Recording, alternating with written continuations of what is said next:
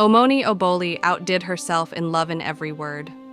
I am sure I am not the only one that shares this sentiment, especially seeing the movie hit 1 million views on YouTube in less than 24 hours.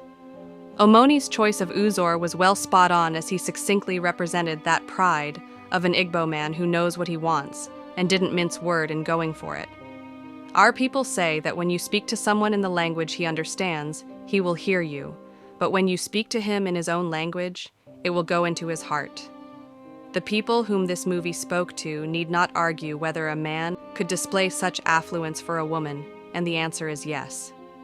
Uzor, just like every other intentional man out there, knows value when they see it. Bambam was very hardworking, has a paying job as well as her own business. She is rich, yet humble and respectful, with good friends in her corner. By all standard, she was the price and deserved more than the gesture of buying a building or coming to collect her digits in company of Indiogene. Uzor saw her qualities in one contact and was very assertive when he said, "Achalugo, I am going to marry you. You are going to be my wife. I already know how this will end. I am only just trying to guide it." Now, these are not words you throw around to someone you want to frolic with. A rich man can do anything for a woman who has the same characteristics Bambam displayed in the movie. Why most people argue the reality of Uzor's show of love and affection the way he did is only because in our world, you might hardly see a hardworking girl. Very gorgeous, beautiful, rich, and yet very humble and respectful.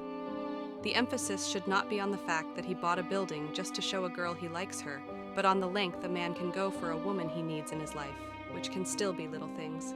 Uzor did it because he could afford it. If you are not rich, go for the girl you can afford. Omoni cooked, Bambam served, and Uzor ate. This movie truly lives up to the hype. I couldn't help but blush throughout. Bambam perfectly portrays a feminine woman, radiating captivating feminine energy. Her natural acting skills are impressive. Uzor also delivered an outstanding performance. The scene where they met at her mother's house was unforgettable. When he realized she was single and exclaimed, "Ayebo, Ayeba," I found myself singing along and had to replay the scene.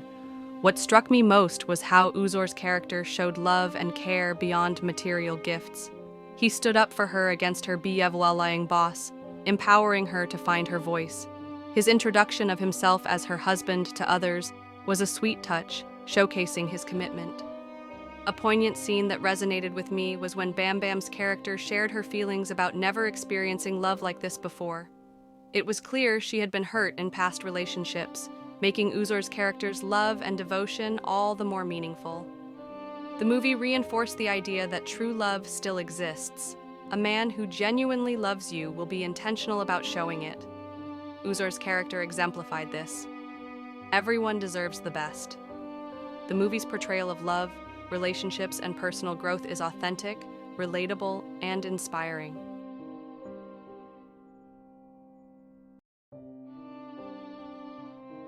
Love in every word. While everyone is fantasizing and living in La La Land over the romance and Odogwu doings portrayed in this movie, I choose to point out some things that do not align with my views, and I hope it helps someone out there. Firstly, I'm going to start with some of the exaggerated scenes. Number one, I see people awing because a prospective suitor bought the building the woman he's chasing lives in just so he can get her number. So what happens when this said woman refuses his proposal? What becomes her fate? Would he make her stay in the apartment become unbearable? Increase rent just to force her out of the place? What happens when his ego is smashed? Would the woman be safe around him? Number two, her boss calls her in the middle of the night and he picks up the phone, screams at her boss, and tells her to get lost with the job. It's awe-worthy, Abi. A man that cares for his wife, awe. But that's crossing boundaries. You don't joke with people's livelihood because you are now their spouse, or simply because you're wealthy. If her job is telling on her, the best is to have a heart-to-heart conversation with her and come up with better jobs or businesses that offers good work-life balance. You don't burn bridges like that simply because you have money. Number three, at the jewelry shop, dollars just day fly up and down. Money no water, but after awing, go warm, Iba chop please. Number 4, which is the main reason for this post, the date scene where he said, "Person wait a pay for date no they introduce himself. If you want me to introduce myself, pay for the date and invite me." I see women hyping such arrogance and calling it confidence indirectly. He's telling you, I call the shots here because it's my money, so you don't get to speak or question me, but una de oh. Though in the movie, everything worked out for both of them, and Bambam was a pampered wife, but in reality, things don't work out like the film portrayed most of the time. So yeah, learn to create boundaries if you find yourself in such scenario.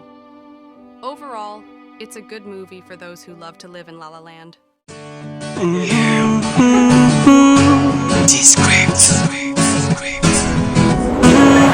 Oh, yeah.